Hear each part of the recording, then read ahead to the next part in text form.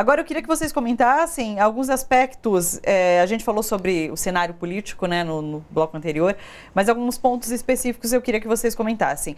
Tem a medida provisória da liberdade econômica que está sendo analisada agora pelo Congresso e tem um ponto que ela retira o direito à folga para os camponeses em período de safra, que é uma especificidade dos trabalhadores do campo. Tem a questão da Previdência, que também afeta bastante as mulheres, faz elas trabalharem até... Antes era 55 anos, agora vai passar a ser 60, 65, enfim. Mas também tem esse agravante. E tem um dado muito impactante sobre violência contra a mulher. De acordo com a Fundação Pastoral da Terra, 482 mulheres foram vítimas de violência durante conflitos agrários no ano passado. Mas isso é de 2018 em relação a 2017. É um aumento de 377%. Então, assim, é uma situação que parece que vai afunilando, né? Essa situação precária já das mulheres que vivem no campo. É verdade. Em relação à questão da violência, a gente sabe que o aumento tem aumentado cada dia, né?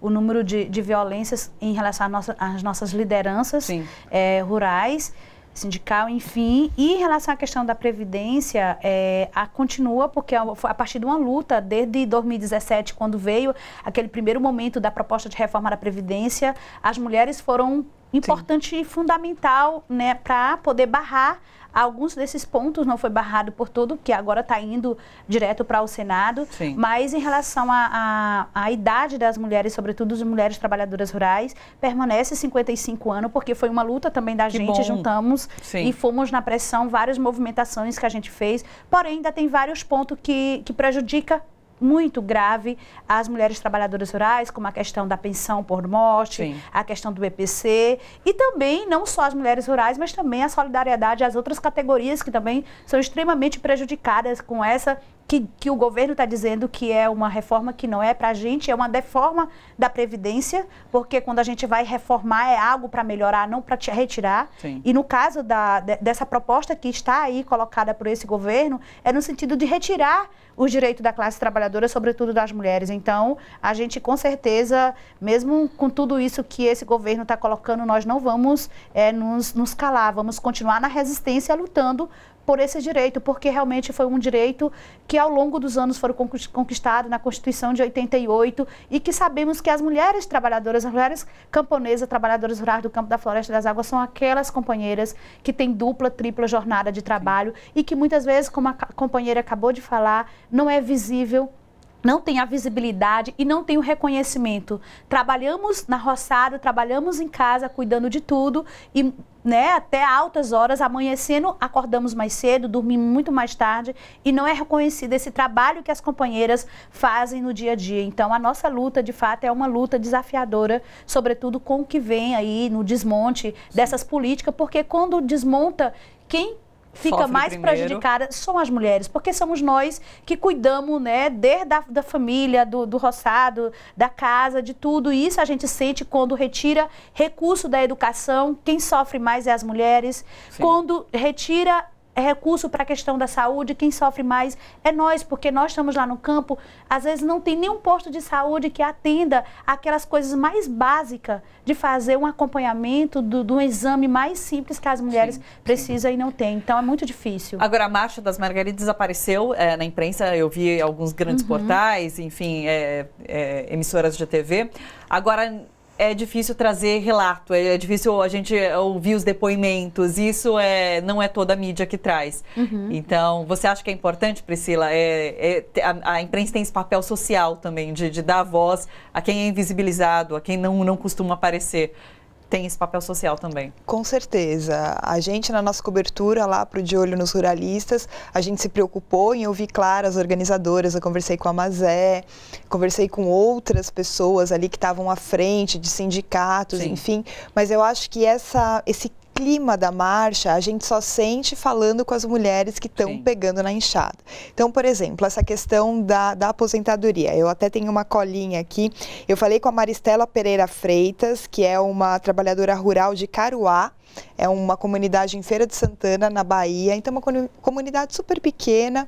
E ela está quase completando 55 anos. E ela falou, olha, eu estou aqui pela primeira vez para lutar pelos nossos direitos, porque assim, ela falou exatamente isso que a Mazé falou, eu ouvi da boca dela, e não só da boca dela, da boca de muitas outras mulheres.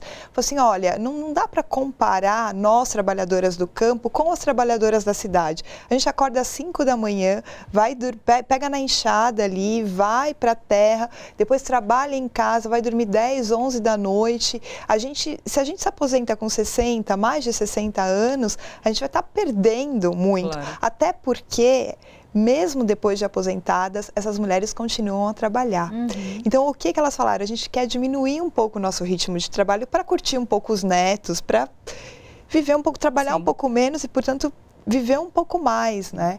Então, a gente vê isso, ouve isso da boca dessas mulheres. E aí, só voltando aqui ao Quilombo Mesquita, que eu falei da Sandra, eu queria, inclusive, falar o sobrenome Sandra Braga, é uma mulher super forte ali do Quilombo, que já está na liderança há bastante tempo, há pelo menos 10 anos. E a gente estava falando de violência, você inclusive citou, né, Thalita, os dados da Fundação Pastoral da Terra.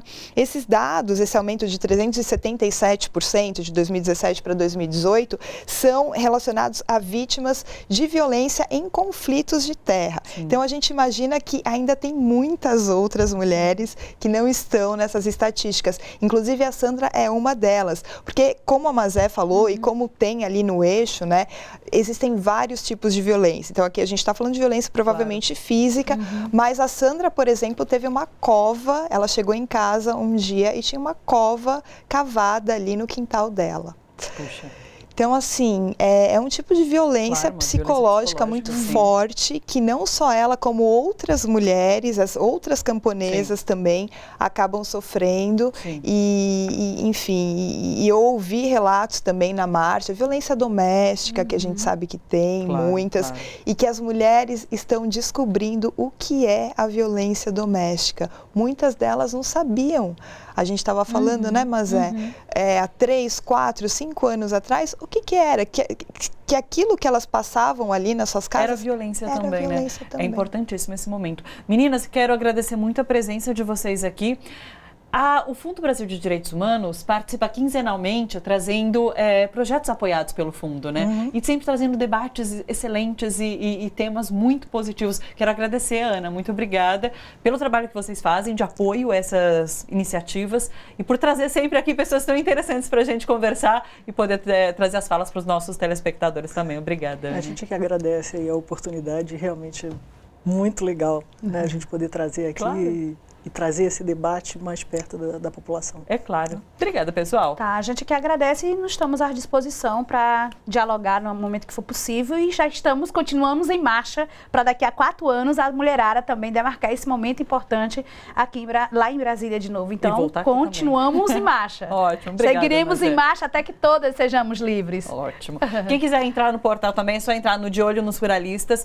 Tem uma série de textos excelentes e bastante informativos. Inclusive, a gente tem o perfil de alguma dessas mulheres, uma matéria só contando essas historinhas de algumas dessas mulheres que estavam lá na marcha. Vale a pena conferir. Ótimo. Obrigada, pessoal. Obrigada. Olha só, você que curte a TVT e quer contribuir com a gente para que a nossa programação chegue cada vez mais longe, se inscreva no nosso canal do YouTube/Rede TVT e torne-se membro. Ou então faça a sua contribuição em nosso Catarse. É só acessar catarse.me/TVT. A gente agradece.